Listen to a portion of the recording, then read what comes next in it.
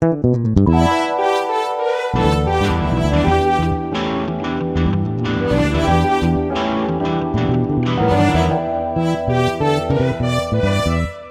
to the Professor Network. Today we have with us Dr. Hilary Bergsieker. She is an associate professor of social psychology at the University of Waterloo.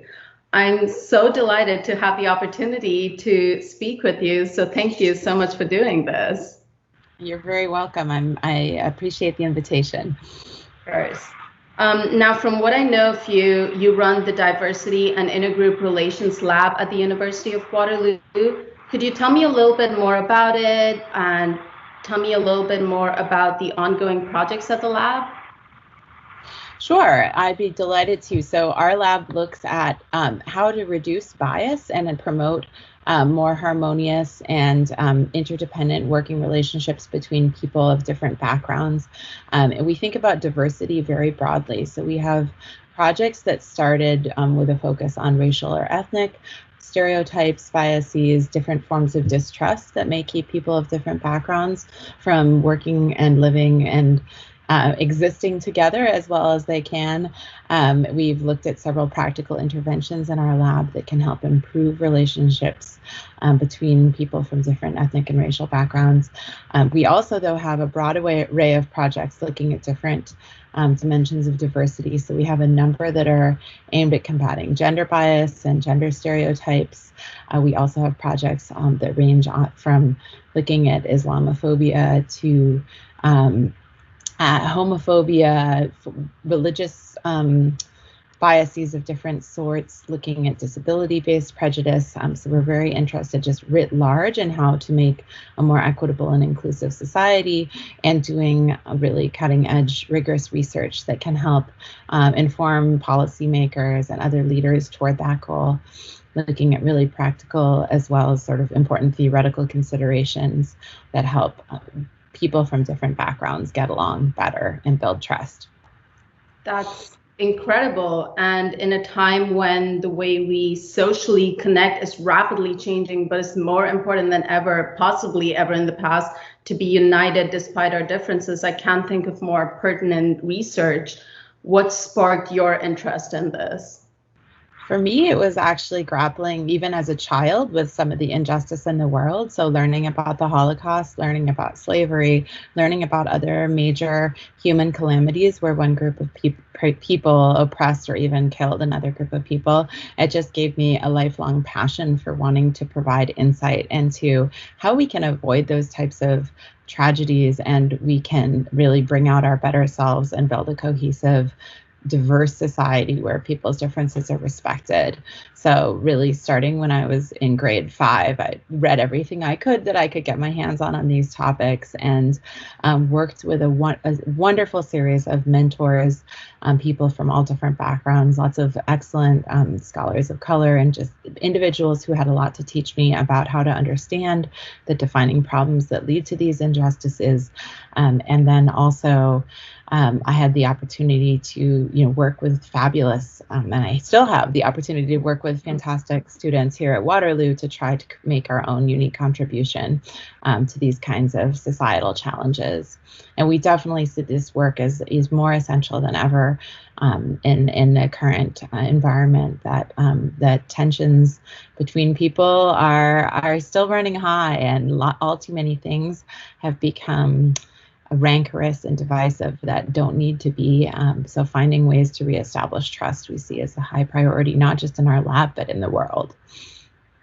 Could you quickly just tell me about your path towards where you are right now, what schools you went to, what programs you did? Sure, I'd be delighted to. So I grew up kind of all over. My family was in academia, so we moved around a fair bit for that, but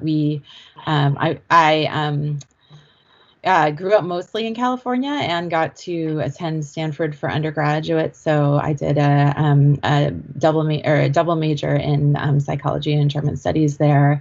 I then lived in Germany for a while as a Fulbright scholar, and then returned to the States to attend graduate school and complete my PhD at Princeton University, where I got a degree in psychology and social policy. So it's sort of a standard psychology training with a sort of side dish of sociology, political science, and economics, to be sort of more broadly interdisciplinary in my work and my focus.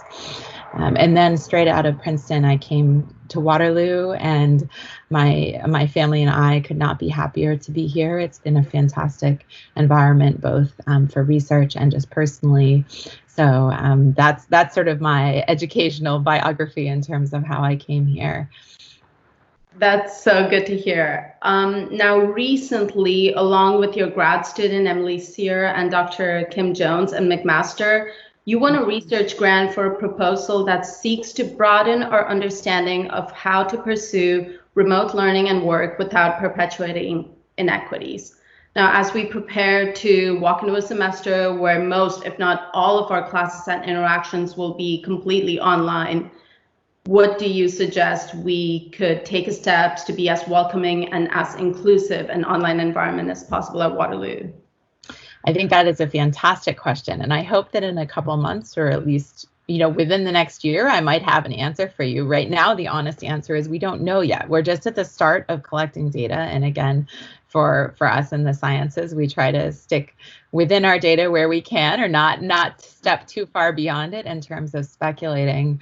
I can say that we're looking very closely at the social network compositions of students' learning groups. So looking at not only who is in each team and things like the gender or other forms of diversity within a given working group, but also the quality of the relationships in terms of both social relationships like friendships, as well as respect-based relationships between students, to look at how that affects students' well-being and their academic success.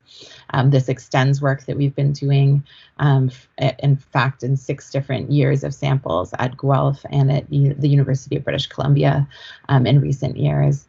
And we're also looking at physiological responses, stress responses for students, to get at the sort of the under the skin piece of what an online learning environment may look like for students from different backgrounds and with different levels of resources and support available to them. So hopefully we will have good answers to those questions in a year.